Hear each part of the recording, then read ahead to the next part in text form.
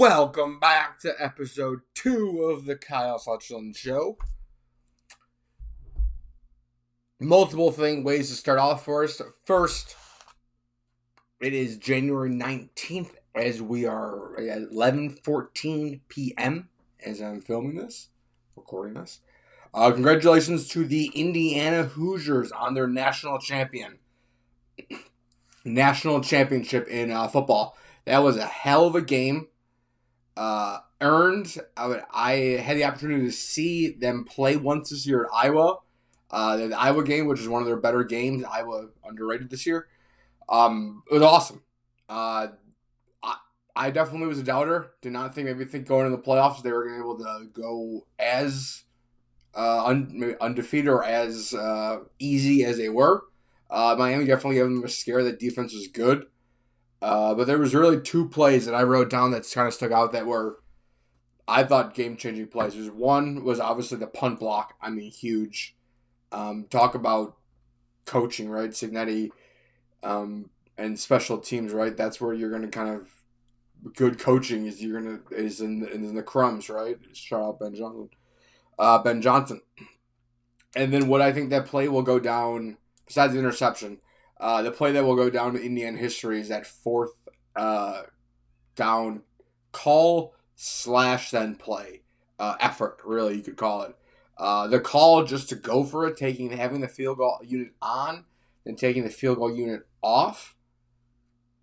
Crazy move. I as a fan, I would have been shitting bricks.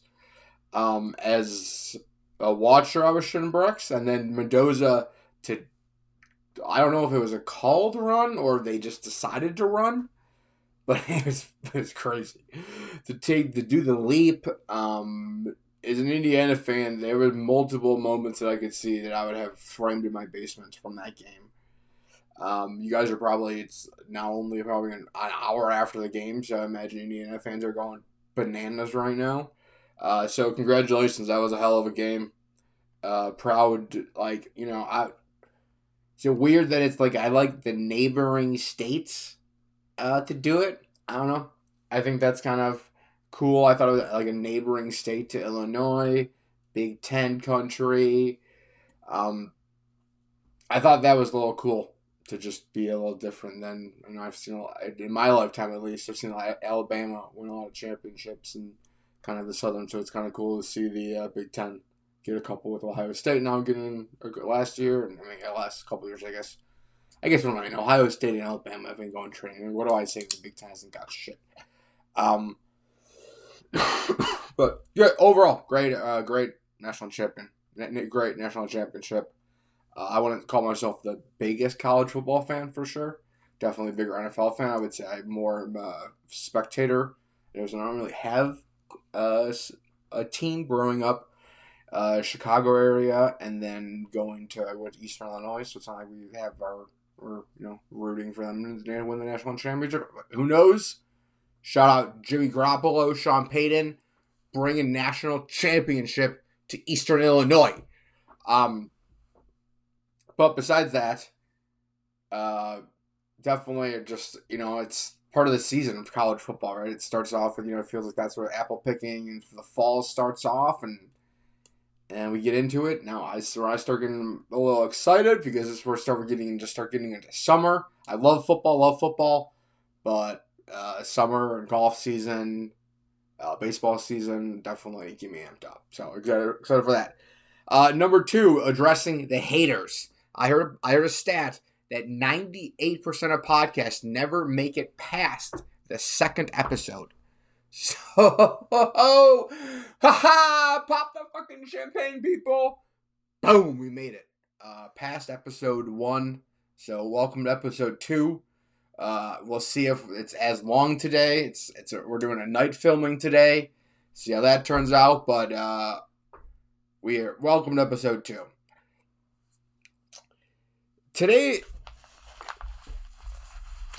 is Monday, and it honestly is not. I've been waiting to film this. It's 11 o'clock. I've been waiting to film this all day. I've been in sad boy season today, honestly. And if you know, I obviously it's not crazy, but if you follow me, massive, massive, massive Bears fan. Third generation season ticket holder. Went to, I think that was our seventh or eighth game this year that we went to. We sold a couple, went to give a couple of friends. But overall, love the Bears. Love football. My dad is, I think, the most thing he loved most in the world was the Bears. He passed away. We buried him in his Bears jersey. So I would say the Bears run deep in the family, you could say. So heading, I guess there's two ways that I want to address this. It's the game that we just saw and went to. I have thoughts on that I want to talk about, and then I have thoughts on the season as a whole, and then I have thoughts on going forward. So this might be. I have a lot of notes. This might be an all Bears show today, and then we'll quickly get into some other shit. But this might be a Bears show today. So strap in right now. Get the seatbelt. Click if you're in the airship. Click in. Right, we're clicking in. We're about to head into some Bears talk. The game overall. So I'll start. Lucky enough to go. Fortunate enough to go. Luckily, we have season tickets, so we were able to even sit in our seats, which feels even more special to take some of those last two games in, those last three games in, being the two Packers games and then the two playoff games in the Packers game. Getting to take those in from the same spot that the last three generations of my family have is also pretty special. That doesn't is definitely not lost on me. I hope that everyone has I think I talked about in the last a spot like that. But that was a special game. So, overall, heading into the game, I was nervous. Call it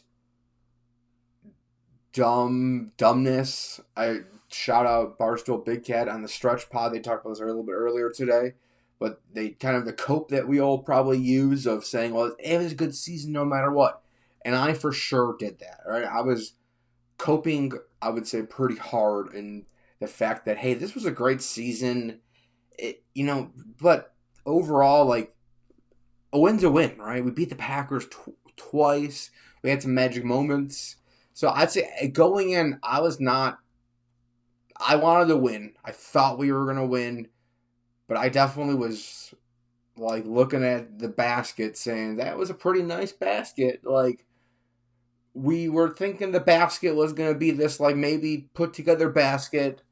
And this basket's this perfectly weaving basket that has complex layers that you can carry for maybe the next 20 years. And you love this basket. You want to treat this basket like a son. And you want what's best for the basket, and you love the basket more than you think you've loved anything. The basket's taught you how to love again, taught you what it means to be a basket, where you think your family and the basket is. The basket's taught you a lot. That might have been a metaphor for Caleb Williams and Ben Johnson as the basket, if you guys didn't pick that up, if you're not, in the same brain length. But the basket might be a metaphor or a simile. Fuck, here we go again. Oh, welcome to Stupidity Hour. We're going to go with metaphor. Put on the board. Metaphor. Last week was ethos and pathos. Someone out there scoring. So let me know. I think I might be 1 for 2. So we'll see. Today I think I'm thinking metaphor. I'm thinking that's metaphor. The basket, the Caleb Williams, that. But it was a game. And I was definitely had that kind of optimistic going in, thinking they were going to win, but it wasn't. Definitely was counting, counting the chickens.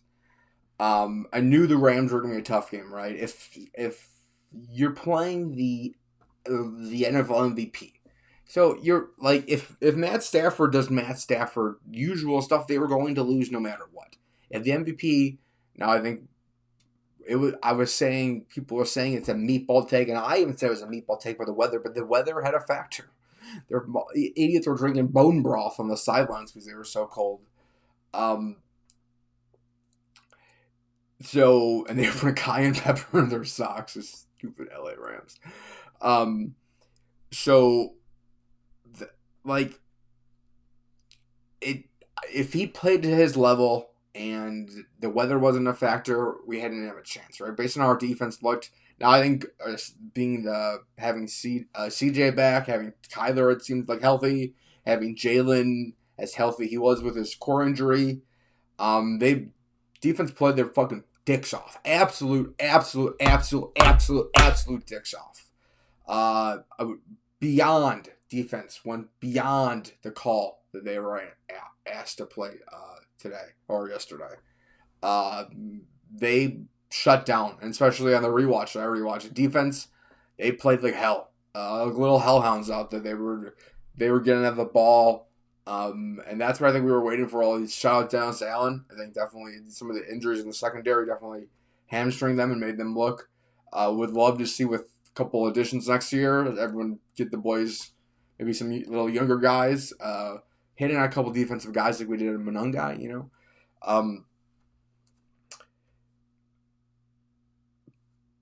So overall, as we're, I would say day before Saturday, nervous at all. We're texting and I'm with the friends and everyone's all amped up, and I'm definitely amped up, and I'm saying we're gonna win. I think, and I'm betting we're gonna win, right? But definitely the butterflies are in my stomach. In the Packers, I was more confident butterflies. This was a more of a this is gonna take us some effort butterflies. So just going into then game day, right? I guess I'll just go in my game day experience just overall, so you guys get a taste of what it was like from my point of view. We decided that we should. It was cold, right? And so we've been to a lot of games this year. We've tailgated a lot. We didn't have anyone. We weren't going to go down with some friends this year or this week.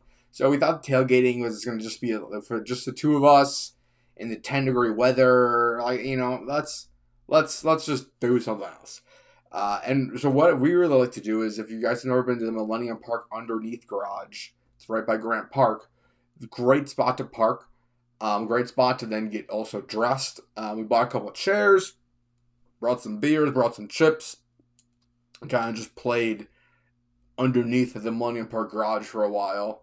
I hung out down there for about 45 minutes before we kind of walked in. So great spot to do that for, especially when it was that cold of a game.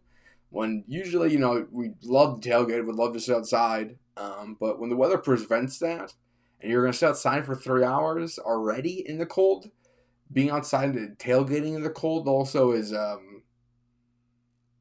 it's not super fun. I mean, you have to get annihilated, which I don't mind.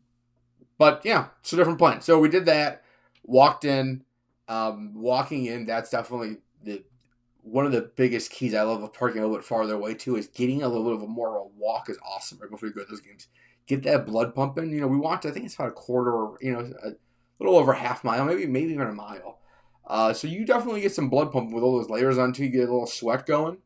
So that feels good because after about the first half, with you got the blood going, you feel pretty warm still. So pro tip there. We got in early.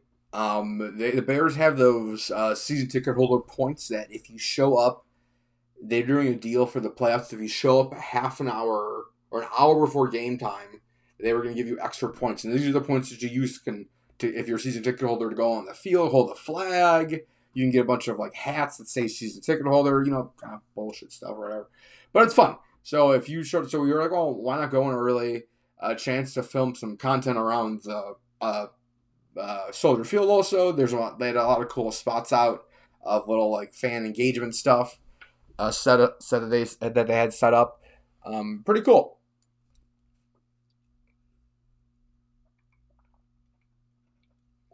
You could tell they definitely took it up a notch for the playoffs, and they usually have 4 things. They had probably 6 or 7 things. So little areas to take pictures and little set outs with balloons and Bear signs. So love to see the Bears kind of taking it up, I would say, a notch for their fan experiences, even though there's this whole stadium stuff going on.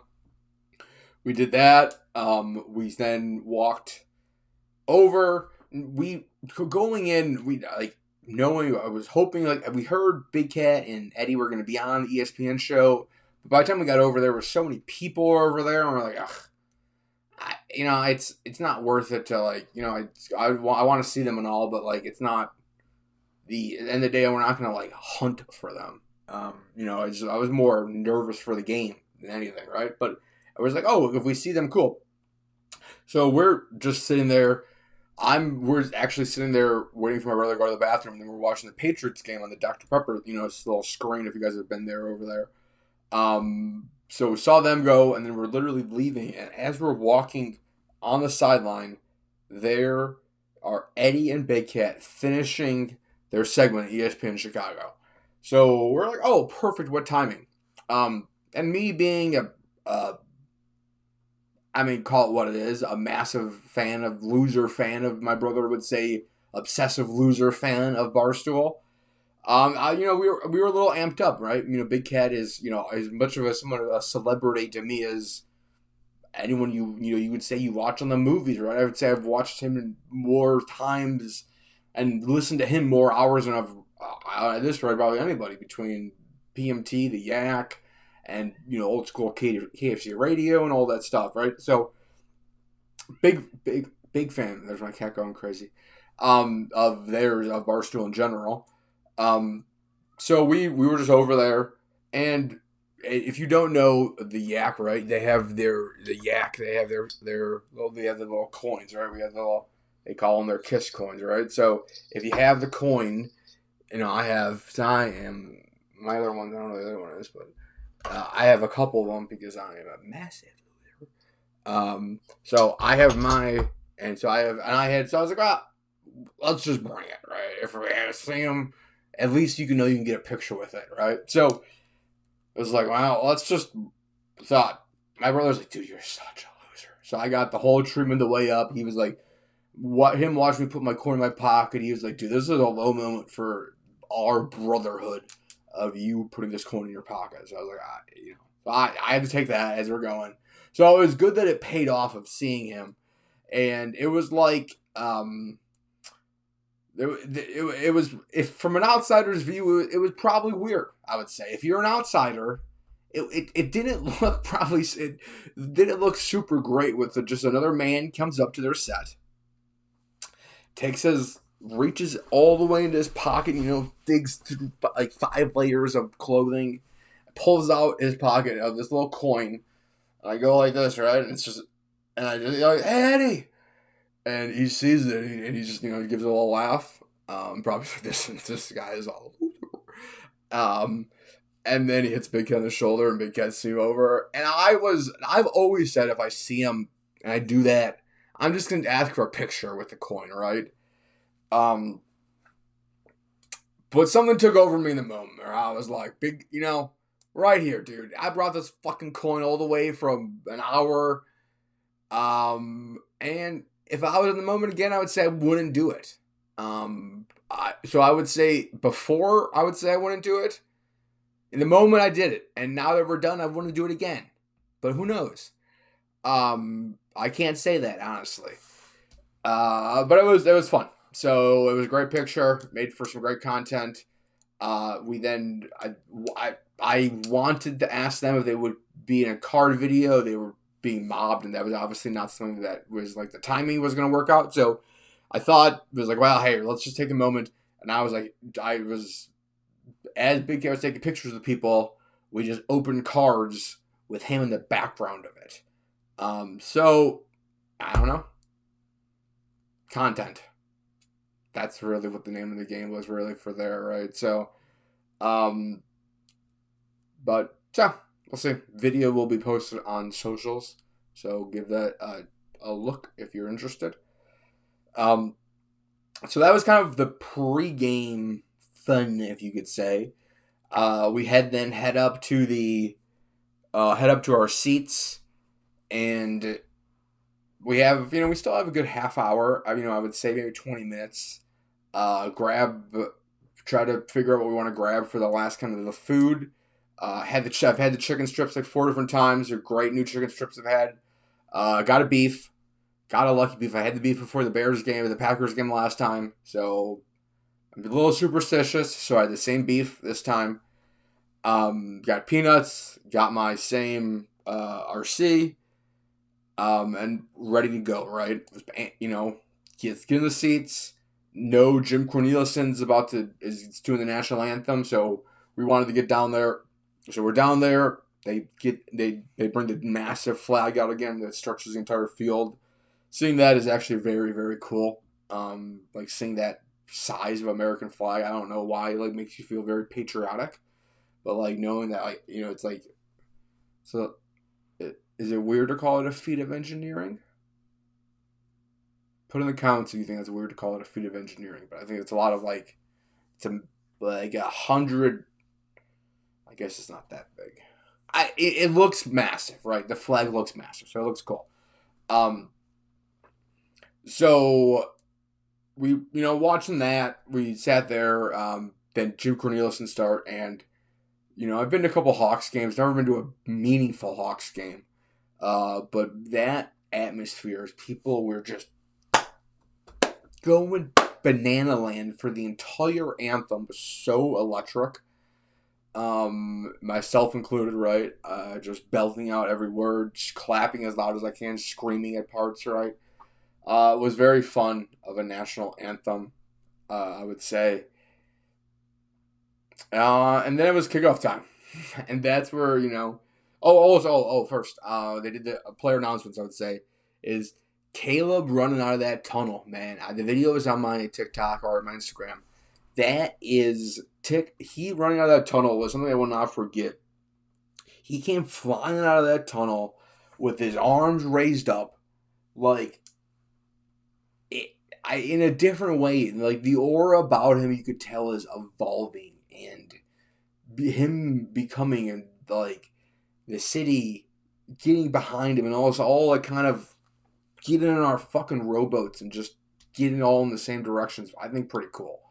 And especially with the Bears, what they did this year and then where they are going in the future, but just with Caleb, everyone kind of getting behind him as a person with what he says, what he does overall was one of the highlights of the season for sure. So kickoff time, here we go, right? This is when I would say my nerves were at the highest, right? Because we don't know if we're going to come out and we're going to just look like dog water.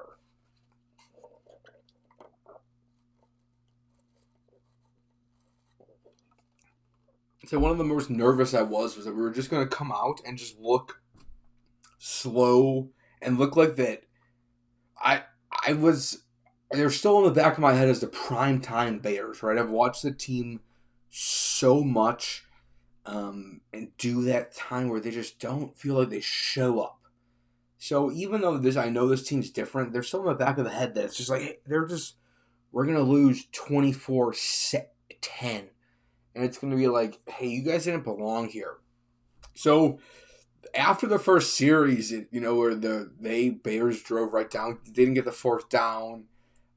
Defense then looked good. It kind of calmed me down a little bit, right? Because they were like, "Oh no, this is a football game. Like, we're playing football. We're not like in a different league. We're playing eye to eye right now. We're man to man. We're playing football. Go get your boys on the sideline. Get your best. We're gonna go get our best. We're playing football." And that was awesome. Loved it. So that's when we kind of, I think, settled in a little bit, which is about, maybe about halfway to the first quarter. Nerves settled in a little bit, and really the excitement started kind of amping up at that point, right? Because I think we started looking, especially going to halftime, tie game, which was also, a little bit of a weird thing, because usually we're down, and it's usually like, season's over, you're getting a little sad at halftime. But this was like, no, hey, this is a fight. We're delivering punches. They're taking them. They're throwing the punches right back. We're taking them, and it's like this is a heavyweight boxing match right now. Like, we're in for a fight, and I had definitely had the faith in Caleb of coming out in the fourth quarter. But overall, faith started to grow as the game went on. The defense, the short yardage game, I think was what in stadium was the most nerving. Looking back, obviously the drops were costly, but the short yardage in the stadium felt like that. Kind of the times where everyone kind of was getting really amped up, and we weren't getting those, really felt big in the moment, I would say. As we were going to that moments, I would say was where it really felt like, oh, shit. Like, you can't get a 3rd and 1, 3rd and 2. Those aren't games. Playoff teams don't do that, right? Like, playoff teams usually pick those up, So, that was kind of a not great moment of it. Where then we get into the third quarter. Caleb has a couple interceptions. Fourth quarter kind of comes in. And I would say the nerves definitely start getting amped up as you start thinking that shit, this is going to come down to a play, right? Like, as we start coming to the third and fourth quarter, the third quarter flew by. I would say I got a pretzel and another drink at halftime. Got down to the seats and it was a kickoff, so we're in and I literally felt like we finished the pretzel, and I looked up, and it was about 2 minutes left in the third quarter, and I was like, holy shit, it flew by. So then the fourth quarter gets on, and it's like, okay, let's go. Looking back at my videos, like I had a video from 8 minutes left, so it really feels like the first half of the fourth quarter flew by too. Caleb throws a couple picks. The one is that one on the goal line's tough. Looking back when that one's going to hurt. A couple attempts by Swift to get in, which Monungai almost got in. Swift kind of does that back and then kind of gets smashed in the back. That was a tough one. So overall, that one definitely, you could tell that one definitely hurts a little bit also. Because we definitely had a chance, and a good chance, I would say there. Overall, so they score, they come back down, right? So we're down. Caleb then throws. So that's the pick he throws with 4 minutes left to come back. We get the ball back. Drive back. 27 seconds left, right? This is where the miracle play happens. And this is where I don't think, being 8 hours removed from the play can even fully comprehend how amazing it was. I think the last 24 hours are definitely started to settle in. And hearing some other people talk, that might be one of the better throws in NFL history, I've heard people say. Especially given the circumstances, given the moments. It was pretty incredible. Seeing it, it was pure pandemonium, right? Like I had to have my phone out, and I ended up just kind of forgetting I was holding my phone and just watching.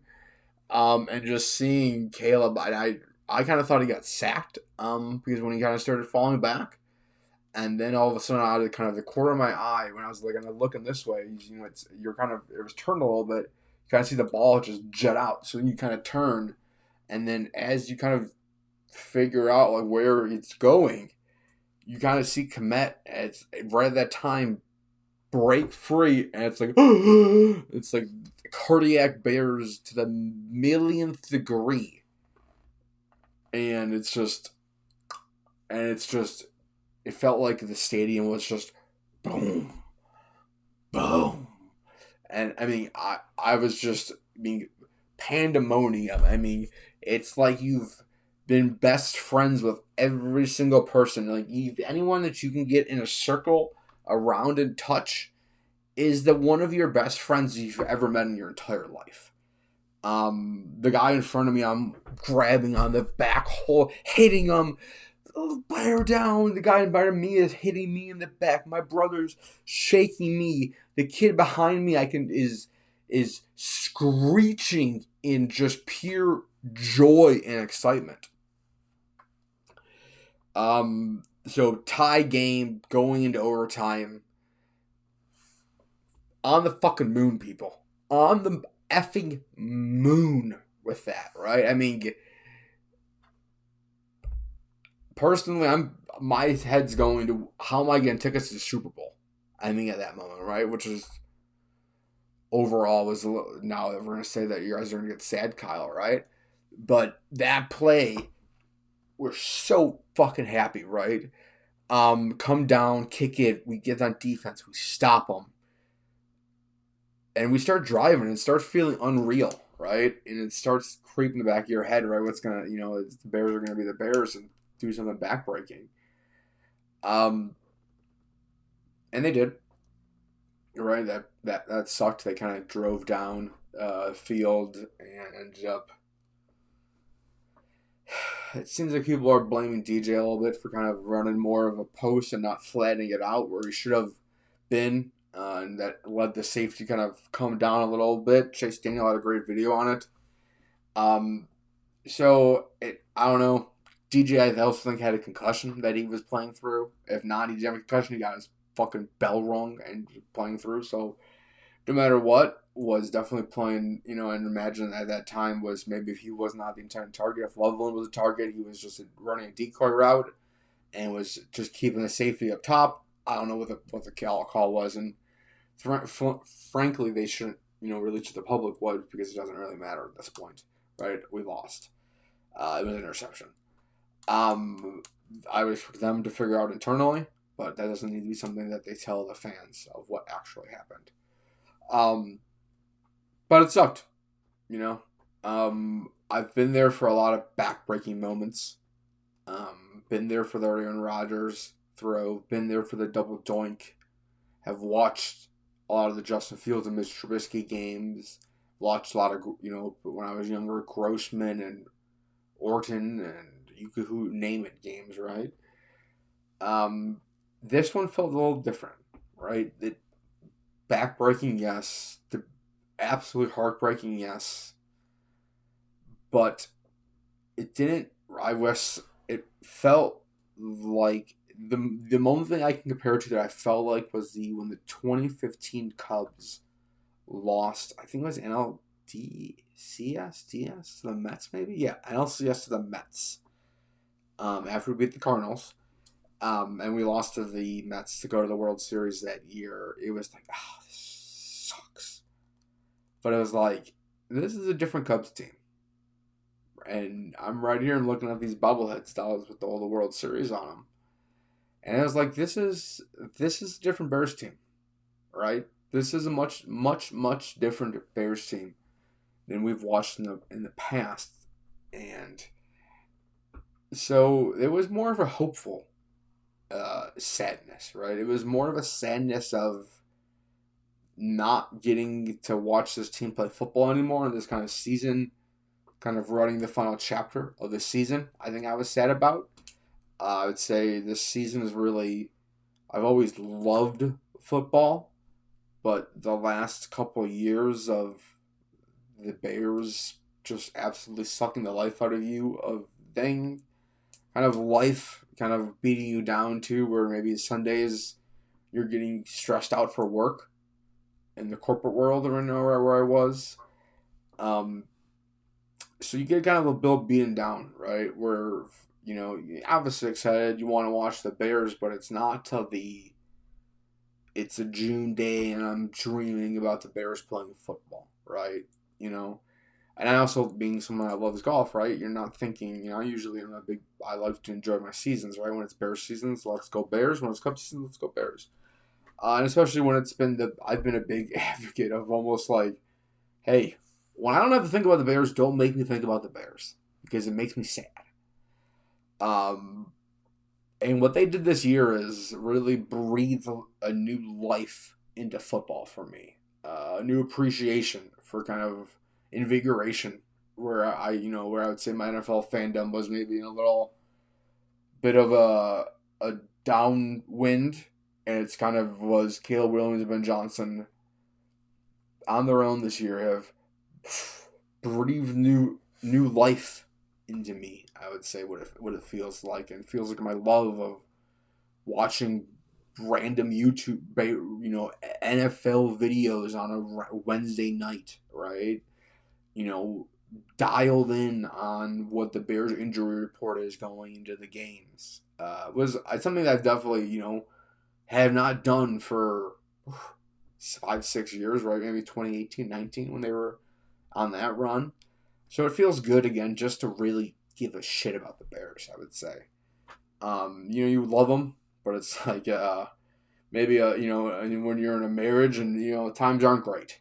You obviously have a little. That might let people know that someone tell me I have no idea what I'm talking about. But when times aren't great, you're obviously gonna have that love, but you're never gonna.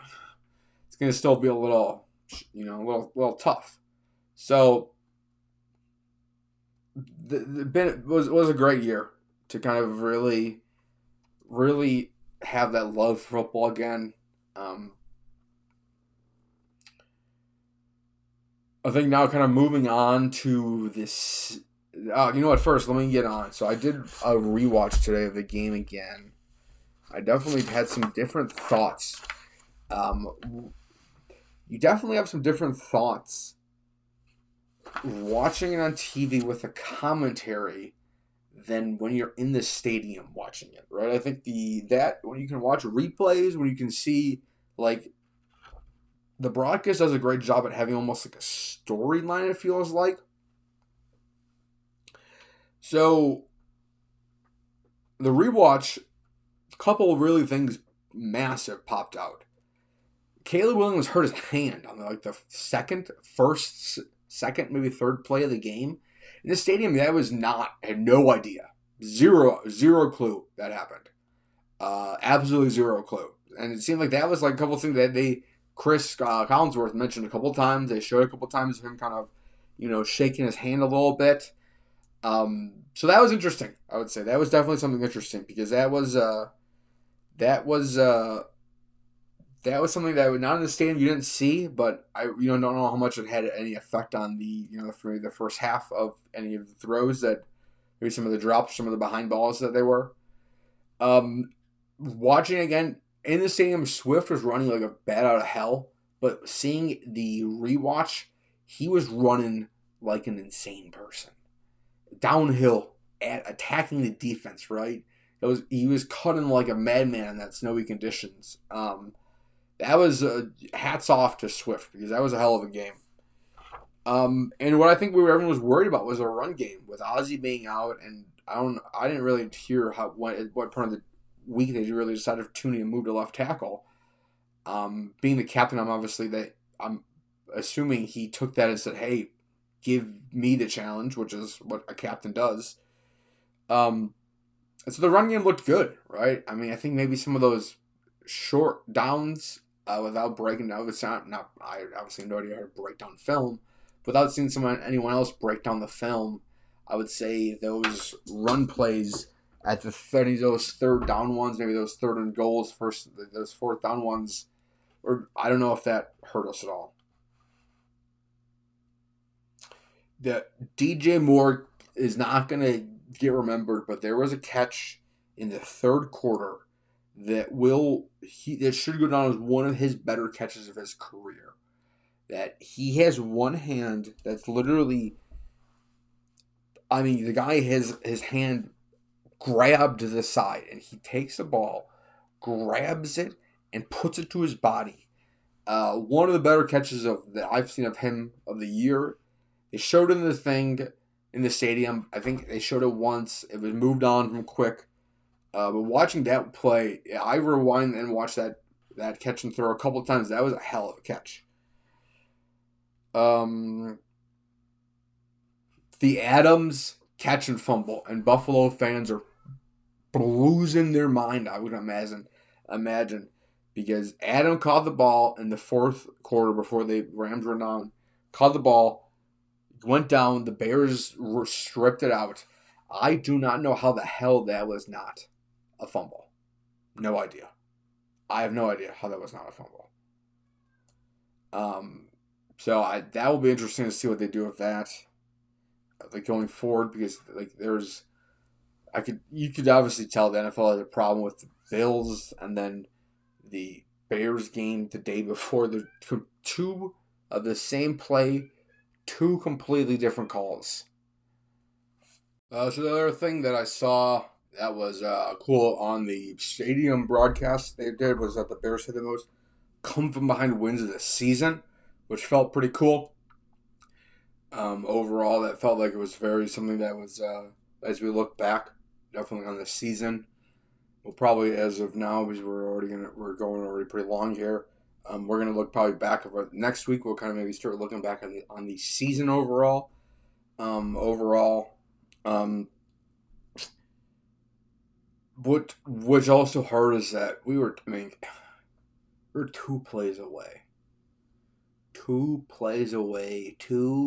A scamper and then a Caleb Williams scamper from a field goal, and we were playing Seattle in a week, 4 or 5 days.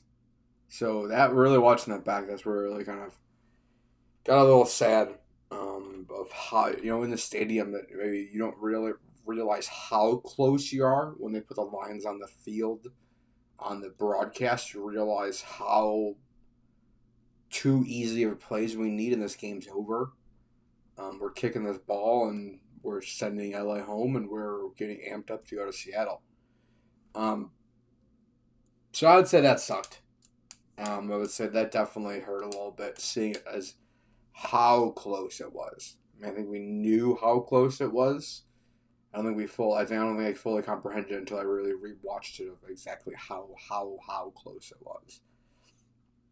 But overall, I would say that's my notes that I wrote down from the game. See what else I said. Stand by.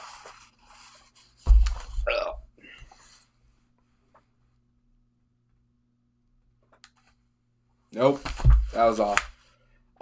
So overall in the season, I think I'll talk more about the full season on the next week's show. Maybe we'll do a full. I'll kind of look back at some of my top moments of this season, top games of this season. After kind of give it a little week to settle.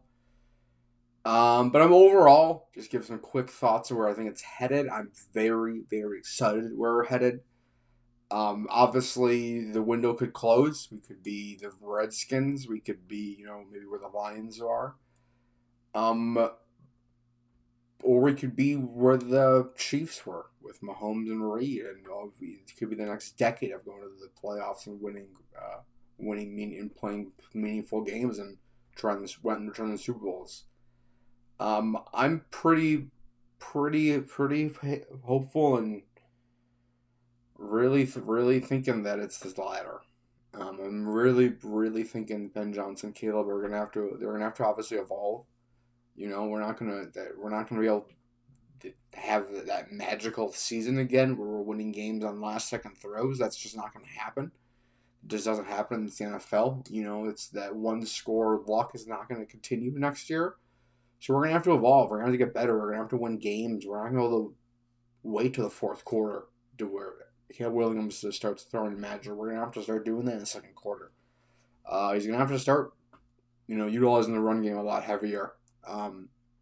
Utilizing his feet, but being smarter on some of those plays where if he needs 4 yards to keep the drive moving, that's what I think. That's what it seems like from what I've seen from their post game. It seems like what they're going to be working on too is just dialing it up. I think we legitimately have an MVP candidate at our quarterback next season, which is crazy to say. And I think they'll be professionals in June and July when they're talking. I have nothing else to talk about. We'll be talking about Caleb Williams this last season, and then talking about the Bears being Super Bowl favorites for next season, which is already getting me amped up to start we're sitting in June, and I'm scrolling on Instagram, and it's some first take show that has nothing else to talk about, and it's talking about the Bears being Super Bowl favorites for the 2026 and 7 season. So that's going to be awesome. So hope they can obviously deliver. It's playing a new ballpark next year. You kind of you made, especially within the playoffs, you've arrived and you've let everybody know that you're at the party. Everybody knows we're at the party right now. There is not a soul around. We walked in the party. We took the fucking chandelier and we smashed it on the ground and we said, we're here. The Chicago Bears are going for this Lombardi trophy. And now every team knows that, right? So that's the other thing now is every team comes to us is going to be giving us their best because we're going to have a lot of primetime games. People know, people either have thoughts on how they like Ben or they like Caleb or they're going to want to beat Caleb. They're going to embarrass Caleb because they know they're playing one of the best quarterbacks in the league. So they're going to have to give it kind of a new layer a little bit, right? So I'm very, very excited to see kind of that, what Ben and Caleb can kind of do with expectations. It definitely was a lot of the thoughts as Bears fan, what we heard in the offseason is Ben is taking Caleb down to the studs, right? He's taking him down and saying, hey, you were the best player forever in everything you've done. You have to be the smartest player because you are already the best player. Now you need to make everyone around you a better player. And he seems like he did that. And it seems like obviously it took anyone, he took him a little bit to buy in. And he's definitely bought in now. So I'm excited to see what he does as an off-season kind of with Ben. An off-season being, I would say, one of the kings of, maybe the king of Chicago sports. Chicago's, I would say, royalty at this point, right? I mean, anywhere he's going to go, he's going to have fans. He probably is not going to be able to buy a dinner in any steakhouse, right? It's the day after the season, and he was courtside, not courtside, he was ringside at the Blackhawks game with PCA. You mean our starting quarterback and our starting center fielder that are Bears MVP candidates are friends and are hanging out? Put a bowl on me and call me fucking Sally. That's awesome. That's what you dream about. That's what you literally dream about. Is the best players in the respective fields are hanging out and like doing shit together because they should have their friends. They should be 50 models with them that they're going with everywhere. It should be like Bruce Wayne and Batman, and they're driving cool cars and doing cool shit. So overall, happy, excited to see Caleb. I'm gonna watching a Cubs game and they're gonna say your quarterback Caleb Williams and Wrigley's gonna go fucking hog wild. So excited just to see the offseason for them, see what they draft, see kind of how they work, and kind of see the more Caleb's personality too. I really think that he's gonna it seems like gonna be hopefully come out of his shell a little bit this year. I don't think come out of his shell is a great word, but he's gonna really show who he is. Right, you don't watch a lot of commercials and see him everywhere. You see Josh Allen and some of these guys. I would imagine that's going to change. I would imagine his agent has a million things that brands that want him to be the spokesman, like Brady and Manning were every year, where you'd see every commercial break they'd be on another commercial. You don't see that right now with Caleb. I would highly, highly, highly bet you will next year. With some major brands, whether they be Rolex or Mercedes, right? He's gonna be a golden boy, with what he did this last year, right? You're gonna see him. I mean, that Jumpman Caleb logo might be something. You already see some people making knockoff hats. Would love to see him kind of take that logo and make something of it. It'd be pretty cool. So overall thoughts on the Bears: positive, sad. Anyone looking to get really sad, Kyle, unfortunately, did not get really sad, Kyle. I would say I've been sad today, if you want to know. I did have Portillo's, so I had some sadness. Portillo's had a beef sandwich on a large cheese fry. I've been sadder. Have had a big beef before when I've been sadder, so didn't feel like a big beef today. So that's something. So progress. But overall, happy with the Bears. I would say happy to pay my bills for the next season ticket. I would say, they delivered fully and beyond expectations this year. Fully delivered on their kind of promise to be fun. Kind of this next one. What kind of light just turned off? You don't see that? fully promise kind of their expectation to be fun kind of in this next year. So excited to kind of see that.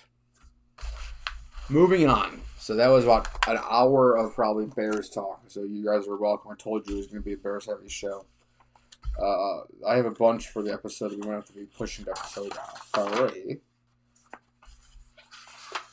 Let's see what I think. I would like to stick on NFL a little bit. So let's stick on NFL. So I do have some golf stuff.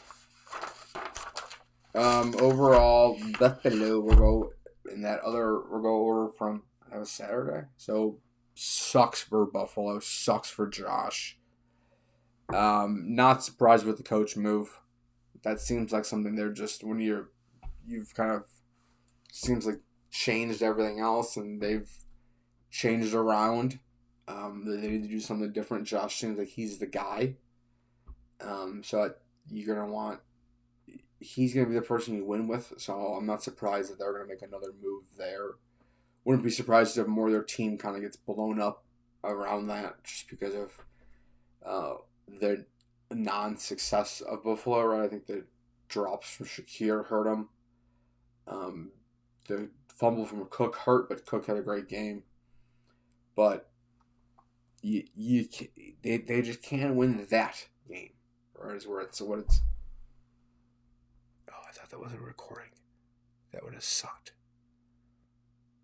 But they just overall, it seems like they can't win that the big game. Of which is the problem. So, unfortunate, but overall, it seems like Buffalo, I would hope they'll be back in the next couple of years too. It seems like they'll have a new coach and get dialed in. Excited to see who they get, really, also. I would think that would be a really coveted spot with Josh Allen being obviously MVP consideration most years. That any coach is going to want to have a chance. It seems like an easy Super Bowl favorite for next year also. So I imagine that's going to be a very coveted job. So interested to see who gets that. If it's maybe a young guy or that brings back one of the older kind of vets or Gruden come in. That would be a hell of a spot for Gruden to come back to. The Buffalo game, not a ton on this, sucks for Bo Nix. Feel so bad for Bo Nix. That was, second to last play. So bad for Denver fans. Second to last play. And for that to happen and for you to be, as a Buffalo fan, as a Denver fan, to know that happened, one, as you're celebrating a win and then you get that notification on your phone. Oh my God, that has to be fucking just a pit in your stomach that knowing that you're starting in a rookie that's young quarterback that just led you to this spot is now not playing next year and is making recovery, and you're going to have Jared Stidham throwing the ball for you next week versus the Patriots defense. So that I cannot imagine being a Denver fan this week after that highs of highs and then that low on that kind of pit. That imagine Seahawks game, moving to the Seahawks. They're a fucking buzzsaw. Absolute buzzsaw. I don't know if it's them being off for the week, but they were playing, it seemed like, at a different pace than the 49ers. Maybe it's because the 49ers electrical substation has fried all of their bones and their whatever thing, that they don't know how to run or walk anymore. But the Seahawks dog walked them. Dog. Put them on the leash. Took him outside and said, "Here, come boy, come. Dog walked. Easy. That was a hell of a game with the Seahawks. I would say definitely going into what had me frightened if the Bears were going to win that game and be playing them, because that team looked like talk about hellhounds. Those were hellhounds flying around that stadium. I mean, they were hitting. That defensive line was not allowing shit to run. That was a team I cannot see. I mean, I would love to see the Rams, what they do, based on where I think our defense is compared to that. I mean, the Rams might have negative yards next week. It's gonna be an interesting game because that defense was flying around. It's been like the Legion of Boom once was the Legion of Boom. Um, would be very proud of that defense because they were hitting hard, they were hitting a lot, and they made that game like it was like a classic 2012 Seahawks with Russell Wilson kind of at the helm. So what we have Denver and Patriots and Seahawks and Rams. So they're the four. My picks. So welcome to the new segment of the show. Well, my picks for the week. My NFL picks for the week. NFL.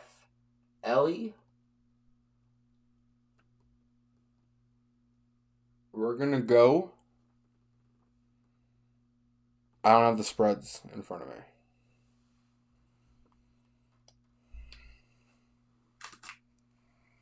Go on. Stand by.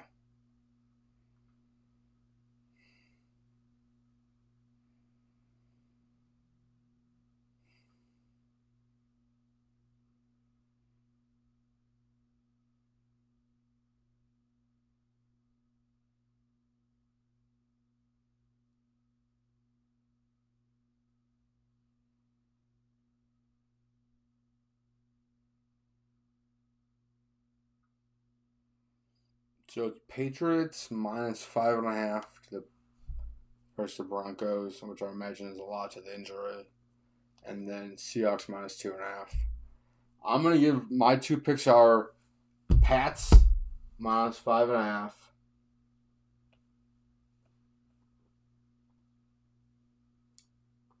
I'd say if you can juice that number, I would say fucking juice that number. I think it's a 10 point. I would say take them to 6.5 or 7.5 here if you can. I might take them even to 9. So I think it's going to be a 10 point game. And then I'm taking the Seahawks. Seahawks minus 2.5. I think that might be a little bit closer of a game. But those are my two picks. I think we got Pats Seahawks Super Bowl rematch. And that should be interesting. There's kind of two teams that are completely redone. Franchises that are redone for the last time that they were in the same field or in the Super Bowl together.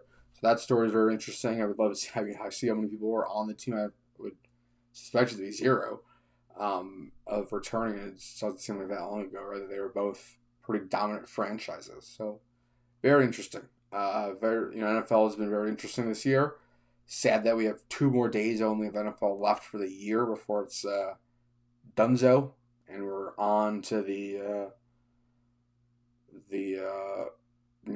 abyss of baseball and golf and March Madness until we're back in football season. So overall, that kind of is going to put the wrap on the football season for this week.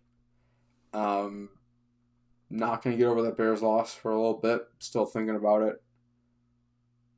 But fun year. Couple of golf things because we're already running long here. Chris Goddard won his PGA Tour. I think Davis Riley had the 54-hole lead. As I was watching Saturday. Was struck by a lead and was shot 1 over on Sunday. So that's tough. Going into with the 54 lead, going to sleep with that and then showing up.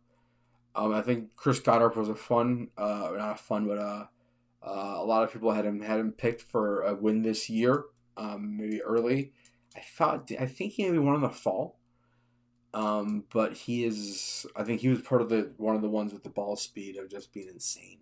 So not surprised that he won, and would not really be surprised if you see another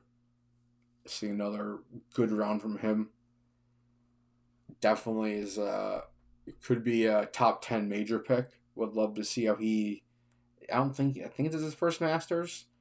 So obviously not going to suspect a Masters win, but would maybe U.S. Open or PGA Championship would be a top five. Maybe not be a bad bet for him. So as we get into those, we'll definitely talk about that.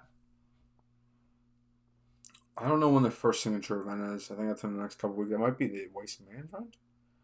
But we're getting right into it, right? The PGA Tour season is really kicking off. I would say that for me, once my brain, when the Bears stop and my brain goes to what's next, and until the Cubs kind of everyone starts reporting in the next month, we're heavily into PGA Tour. So I'm going to love watching that.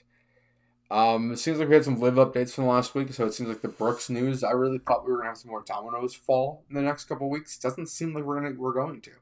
Kind of interesting. It seems like the PGA Tour is kind of given this little sweetheart deal. Anyone that has won some majors, which I think only applies to a couple of the guys, but allowing them to come back.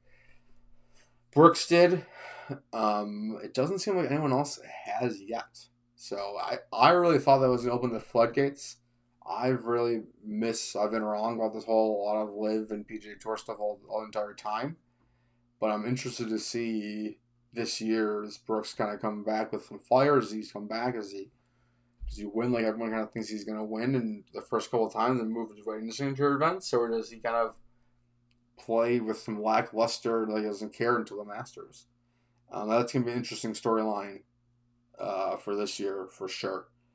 One major thing I do want to talk about before the end of the podcast, so we are running long, is TGL. So I did watch the TGL match, the Jupiter Link TGL match. My boys, I'm a long time Jupiter Links fan. My grandfather, like 2 decades ago, was a Jupiter Links fan. So growing back, I was raised to be a TGL and Jupiter Links fan.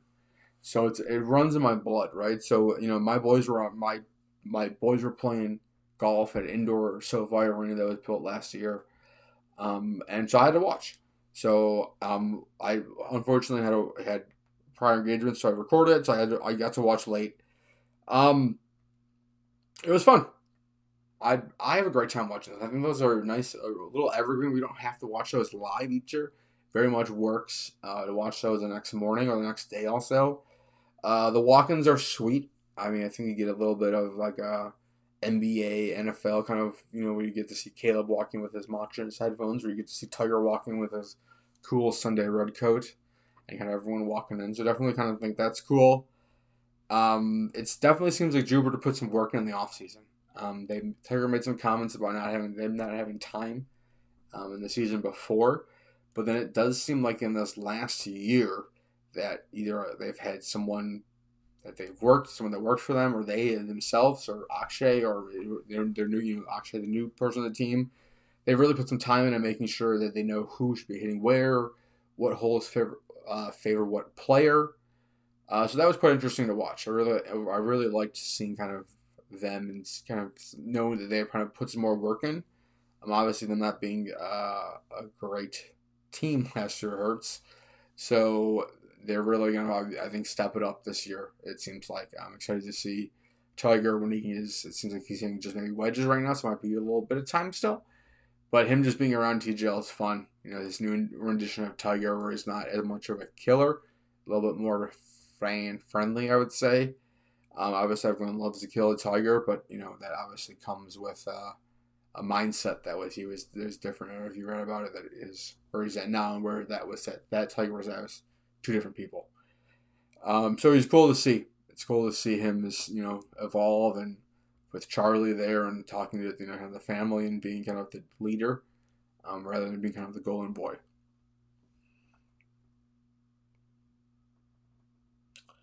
So it's what I would say overall with TGL. What's getting cool is that it's cool when they care about it. So like it doesn't matter, right? At the end of the day, what does matter? But like if we put whatever into these tournaments because like the players care. So when the players just give a shit about the TGL, maybe it's not going to make it a major, but it's going to definitely make it a little more elevated than I think some other events are. Just being in the faction of the players giving a shit. So that's what I really enjoyed seeing that. It just seemed like the players cared more, which I think was pretty cool. Something I'm going to get into next, probably in the next couple weeks. I've been watching Drive to Survive. So I want to come in peace. I want to, hands up, I know nothing. F1 fans, do you guys find this video? I am a novice. I know nothing. I come in peace. But I have been watching F1. I'm in 2018. So I don't know anything. I kind of know some maybe headlines that have happened in the last year. But that's been interesting. So I've been binge watching that. I'm going to keep binge watching after Drive to Survive. I'm going to catch up. And I'm going to know what happened. I don't think the new season's out, but the new season's coming out. So I'll know what's before this next year, what's going in. And I definitely have some questions that I want to talk about. So we'll look at those up. And we'll get into F1 together. Anyone that's watching this podcast, listening to this podcast, will be an active member of getting into F1 with me. I don't want to talk about the Dodgers. They piss me off. They just have everyone. Tucker went to them. Baseball's not going to exist next year because they're going to do there's going to be some stupid things. Everyone's so pissed at them. So that just makes me mad. So I don't really want to talk about that. But yeah, no, that sucks. Sucks. Fucking Dodgers. So that's unfortunate. I will give a major pick. Or he will win a tournament this year pick. So I'm going to say will win a tournament. We're going to put this on the board. Will win. That says will. Will win. Is Cameron Young.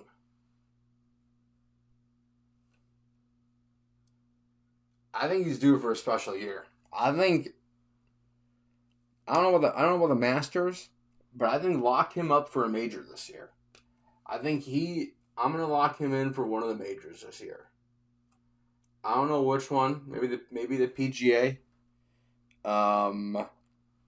But his ball striking TGL seems like him being from the Ryder Cup last year, he really picked it up even another notch where he was at.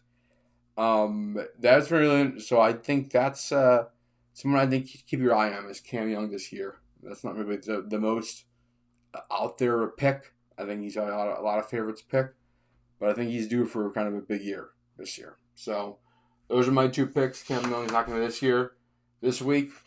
I may have some more picks later in the week as I start looking at them more. Make sure I have any more picks in this, but I would say these are the big ones. Pats, if you can get them up to 7.5, I would do that. And Seahawks 2.5 this week. I gotta think about it more. I'd probably take the Pats under. Probably take a Kenneth Walker. You know what? We're gonna take a Kenneth Walker score also. Walker anytime.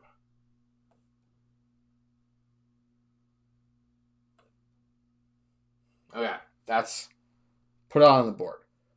Pats, you can get to 7.5. It's 5.5 right now. Seahawks 2.5. Walker anytime. TD. Those are my picks.